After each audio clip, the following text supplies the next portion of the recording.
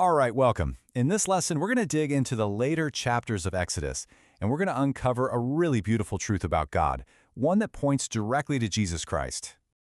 So let's start with a huge question, one that really sits at the heart of the whole Bible, and one that Exodus answers in a really powerful way. How can a perfect, absolutely holy God possibly live among imperfect, sinful people like us? Well, the answer starts right here, with this incredible instruction from God himself. See, his solution isn't to stay distant, far away in a mountaintop. No, his desire is to move into the neighborhood, to dwell right in the middle of his people. So to really get this amazing plan, we're going to break it down into 4 parts. We'll look at why God wanted to be so close, how this dwelling was built, who was called to serve him there, and then finally what this ancient tent reveals about God's ultimate plan for you and me. Okay, let's dive into our first section. This is all about God confirming his covenant relationship with Israel by telling them to build his tent right there among their own tents. And this was so much more than just a symbol. The tabernacle was meant to be visible proof that God was right there with his people, journeying with them. It showed that his relationship with them was never meant to be from a distance, but totally up close and personal. I mean, he was literally in the middle of their camp. So, how was this holy dwelling actually built?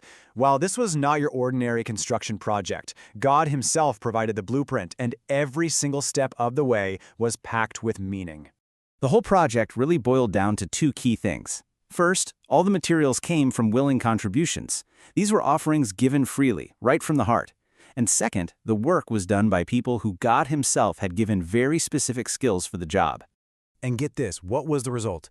The people gave so generously from the resources God had already given them when they left Egypt that Moses actually had to tell them to stop.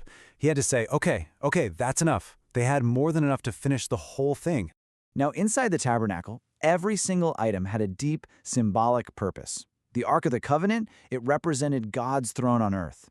The table of showbread was a picture of fellowship with him. And the lampstand? It provided the only light inside the holy place, a beautiful picture of Jesus, the true light of the world. But the Ark was the absolute center of everything. It held the 10 Commandments, the physical covenant, and it was right here, above the Ark's cover, where God promised he would meet with the high priest, who was the representative for all the people. So, the house is built. Now, who could actually go inside and serve there? This was not an open invitation. Serving in the presence of a perfectly holy God was an incredibly serious and, frankly, dangerous responsibility. Only Aaron and his sons were chosen for this role. They had to be consecrated, which just means set apart for this one specific holy task. And they were anointed with oil, which was the visible confirmation that God himself had selected them. And their special clothes, they weren't just for show. They were for identification and for function. Every little detail mattered, from the 12 stones on the breastpiece representing the tribes of Israel, to the bells on the hem of the robe, to that golden plate on the turban engraved with the words "Holy to the Lord." It was a constant reminder of who they served. And this really shows you the life and death stakes of this covenant. The instructions were crystal clear. If the priests entered God's presence the wrong way, they would die. If someone desecrated the Sabbath, the very sign of the covenant, they would be cut off. Holiness was not to be taken lightly. All right, let's move to our final section. This is where we see how this entire intricate system of tents and priests and sacrifices was really a shadow, a physical picture pointing to a much greater spiritual reality that was still to come. Now, it's really important to understand that under the Old Covenant, redemption came at a price. God required every single person to pay a ransom, a half shekel for their life. This payment was a constant reminder that their freedom required a sacrifice. And this is where we see the beautiful connection to Jesus. The Old Covenant, the one with the tabernacle, it offered physical redemption for one nation, and it required a ransom that was paid by the people. But the New Covenant, it offers spiritual redemption, given freely to all people, because the ultimate ransom was paid for the people, once and for all, by Christ himself.